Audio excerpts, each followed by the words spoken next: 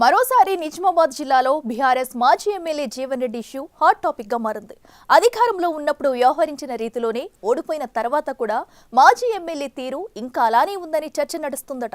గత ప్రభుత్వ హయాంలో అధికార దుర్వినియోగానికి పాల్పడిన వారిలో టాప్ ప్లేస్ లో ఉన్న ఎమ్మెల్యేలో ఆయన ఒకరంటూ ప్రచారం జరిగింది. ఓటమి తర్వాత కూడా ఆయన మరో వివాదంలో పోలీసులకు బుక్కవడం చర్చల్లో నలుగుతుంది. ఇంతకీ జీవన్ రెడ్డి చేసిన ఓవర్ యాక్షన్ ఏంటి? ప్రభుత్వ భూముల కబ్జాలు, అధికారం ఉంది కదా అని విచ్చలవిడిగా దౌర్జన్యాలు, ఇలా ఆర్మూర్ మాజీ ఎమ్మెల్యే జీవన్ రెడ్డిపై పలు ఆరోపణలున్నాయి. ఉమ్మడి నిజామాబాద్ జిల్లాలోని ఆర్మూర్ నియోజకవర్గమే కాకుండా బీఆర్ఎస్ పెద్దలకు దగ్గరగా ఉన్నట్లు నటిస్తూ హైదరాబాద్ చుట్టుపక్కల భూములకు కబ్జాలు చేసి ప్రైవేటు వ్యక్తులను బెదిరింపులకు గురి చేసిన చరిత్ర ఆయనది అని ఫిర్యాదులున్నాయి. 10 ఏళ్లు ఎమ్మెల్యేగా ఉన్న ఆయన మాజీ అయినా అధికారంలో ఉన్నట్లుగా ఫీల్ అవుతున్నారనే టాక్ నడుస్తుందట. ఇప్పుడు ఎందుకు ఆ మాజీ ఎమ్మెల్యే టాపిక్ అని అంటారా? ఆయనకున్న గన్ లైసెన్స్ రెన్యువల్ చేయాలంటూ వెళ్తే నమ్మలేని నిజాలు బయటపడ్డాయట. జీవన్ రెడ్డి 10 ఏళ్లుగా గులాబీ పార్టీ ఎమ్మెల్యేగా పనిచేసినప్పుడు ప్రభుత్వ భూములను లీజుకు తీసుకోవడం, వాటికి కట్టాల్సిన బకాయిలు కట్టకపోవడం, ట్యాక్స్ పే చేయకపోవడం, జీవన్ మాల్ కరెంటు బిల్లులు లక్షల్లో పెండింగ్ లో ఉండి నోటీసులు రావడంతో వాటిని కాంగ్రెస్ ప్రభుత్వం వచ్చాక మెల్లిమెల్లిగా క్లియర్ చేసుకుంటూ వస్తున్నారు.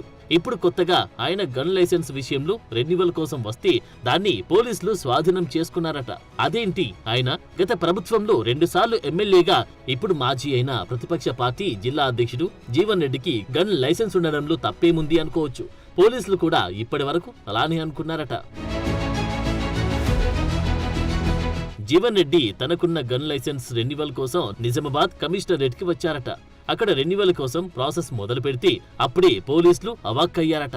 ఒక వ్యక్తికి ఒకే దగ్గర గన్ లైసెన్స్ ఉండాలి, కానీ మాజీ ఎమ్మెల్యేకు మాత్రం 2 చోట్ల గన్ లైసెన్సులున్నాయని వెరిఫికేషన్లు తెలిసి షాక్ అయ్యారట పోలీసులు. ఒకటి సైబరాబాద్ పోలీస్ స్టేషన్ పరిధిలో, మరొకటి నిజామాబాద్ కమిషనరేట్ పరిధిలో ఆయనకు లైసెన్సులున్నాయంట. వెంటనే జీవన్ రెడ్డి గన్ను నిజామాబాద్ సిపి సాయి చైతన్య స్వాధీనం చేసుకుని నోటీసులు జారీ చేశారట.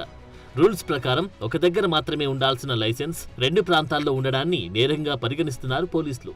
ఆయన అధికార దుర్వినియోగానికి పాల్పడడంతో 2016లో ఇచ్చిన ఓ గన్ లైసెన్స్ రద్దు చేసి గన్ను సీజ్ చేశారట పోలీసులు. ఇక Jeevan Reddy gun CP Sai Chaitanya recovery చేసుకోవడం, ఆయనకు సెక్యూరిటీని కూడా ప్రభుత్వం తీసేయడంతో మాజీ ఎమ్మెల్యే జీవన్ రెడ్డి ఆగ్రహానికి గురయ్యారట. దీంతో సిపి సాయి చైతన్యపై సోషల్ మీడియాలో వ్యక్తిగత ఆరోపణలు చేస్తూ పోస్టింగ్ పెట్టారు Jeevan Reddy. Police commissioner Sai Chaitanya PCC అధ్యక్షుడు మహేష్ కుమార్ గౌడ్ కు తొత్తుగా మారిపోయారని ఆరోపణలు గుప్పించారు. దాంతో పోలీస్ అధికారుల సంఘం జీవన్ రెడ్డిపై ప్రెస్ మీట్ పెట్టి పద్ధతి మార్చుకోవాలంటూ వార్నింగ్ ఇచ్చారు. రూల్స్ ను అతిక్రమిస్తే ఎవరైనా చట్టానికి అతీతులు కారని మండిపడ్డారు. అనవసరంగా వ్యక్తులను టార్గెట్ చేసి అధికార దుర్వినియోగానికి పాల్పడిన మాజీ ఎమ్మెల్యే జీవన్ రెడ్డి తప్పులన్నీ ఆయన వద్ద ఉంచుకొని పోలీసులపై అనవసరంగా వ్యక్తిగత దూషణలకు పోవడం సబబు కాదని పోలీసు అధికారుల సంఘం ఆగ్రహం వ్యక్తం చేస్తోంది. గత నెల నుంచి కంటిన్యూస్లీ రిపీటెడ్లీ ఆర్మూర్ మాజీ ఎమ్మెల్యే గారు పోలీసులను టార్గెట్ చేసుకుంటూ ఏకపక్షంగా ఎస్హెచ్ఓలను రాత్రిపూట హోటల్ బంద్ ఉంది, 10 గంటల తర్వాత ఆల్ ఎస్టాబ్లిష్డ్ మొత్తం అన్ని బంద్ చేయిస్తున్నాము ల్యాండ్ ఆర్డర్లో భాగంగా.